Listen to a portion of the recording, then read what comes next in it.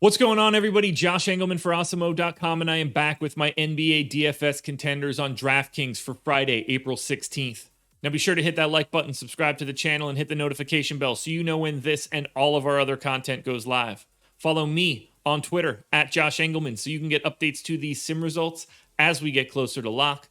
And finally, let me know in the comments section who is your favorite and least favorite of my contenders for today's slate.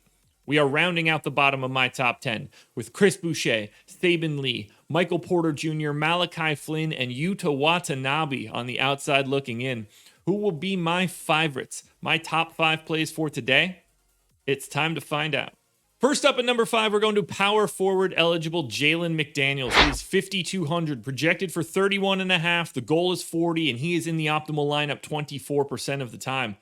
This Hornets team is fully broken right now. No Devontae Graham, no Malik Monk, no Gordon Hayward, no LaMelo Ball, and I feel like I'm missing a fifth person, and I can't even think of it right now. They're just missing everybody. They are super walking wounded. It's Terry Rozier, Jalen McDaniels, and very little else.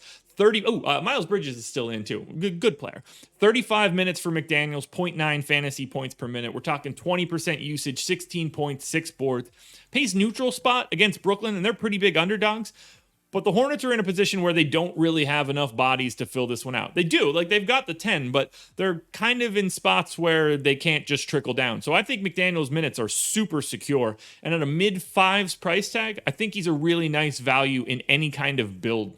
Next up at number 4, we're going to center eligible only Isaiah Stewart. Unfortunately, not the same sort of vibe as he has on FanDuel, but still 4,400, projected for just shy of 31. The goal is 37. He's in the optimal lineup 25% of the time.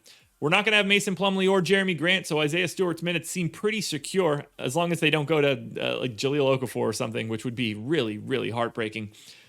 He's a fantasy point per minute guy, 31 minutes, 16% usage, 13 and 9 baseline, so pretty close to the double-double. The double-double bonus is very much in play for Stewart. And he's taken on an Oklahoma City team that it's sort of just like the Pistons. They have multiple guys out not playing today, and they're basically running half of a G League team. So for Stewart, the $4,400 price tag, since you can roster more than one center on DK, makes it a little bit easier to just simply pay down, take the value, and take the guy that's a fantasy point per minute as a starting center.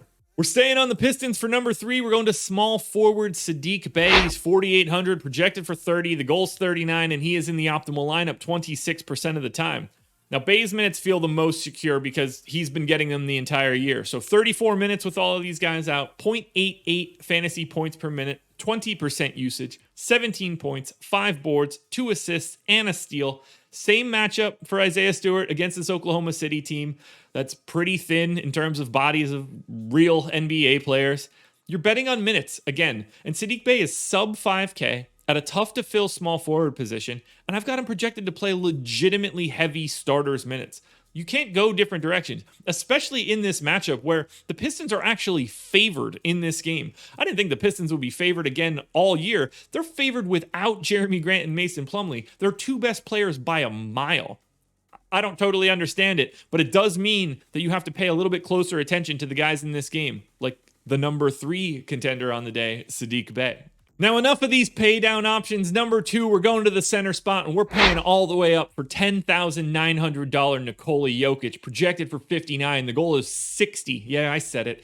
He's in the optimal lineup 26% of the time. Jokic is on a different planet when Jamal Murray is not in.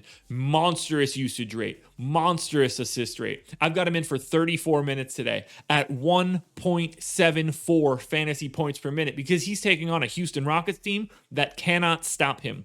34% usage, 30 real points. 10 rebounds, 9 assists. Yeah, Nikola Jokic, the center, is projected for what amounts to a triple-double.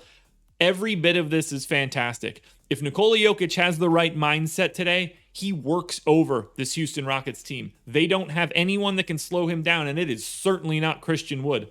I am more than happy to spend this salary on Nikola Jokic. To me, he is the preferred pay-up option on the slate. His per-minute stats are just too crazy without Jamal Murray. So lock and load Nikola Jokic. You gotta have him today. Before we get to that number one contender, one last reminder, please hit the like button, subscribe to the channel, and hit the notification bell so you know when everything goes live. Then follow me on Twitter, @Josh Engleman, so you can get the updates to my sim results as we get closer to lock. Finally, hop into the comment section below the video. I want to know your favorite contender, your least favorite contender, and the guy that you expected to be on my contenders list that you do not see. And finally, value play du jour, shooting guard, small forward eligible Caleb Martin is the number one contender today. He is 3,600, projected for 26. The goal is 35, and he is in the optimal lineup 27% of the time. Again, we're missing basically the entire starting five. PJ Washington. I knew I was missing a name for Jalen McDaniels before. We're not going to have PJ Washington either. We're basically missing a full starting five for the Hornets. So Caleb Martin's going to play 30 minutes. It's going to be neutral usage, 11 points, 5 boards, 3 assists, basically just a little bit of everything. 0.86 fantasy points per minute. But you can use him at shooting guard, small forward, guard forward, and utility, and he's $3,600. No-brainer value play, no-brainer cash play, and honestly, he's my most popular play. Now, I don't know if he stays there the entire day, but he's certainly not leaving the top 5. Caleb Martin is your number one contender for today's slate. Alrighty, folks, that will do it. Those are my NBA DFS contenders on DraftKings for Friday, April 16th. Process show is in the books. Go watch that. FanDuel version of this video is around here somewhere. Click the link. Check that one out. Strategy show with Laffy at 10 a.m. You should watch it. And if it's after 10 a.m. when you're watching this, go back and watch the strategy show. Finally, that's it. I'm not on live before lock tonight, so keep your eyes peeled for my updates. Good luck tonight, everybody. Have a fantastic weekend. I'll be back on Monday with another edition of the Contenders.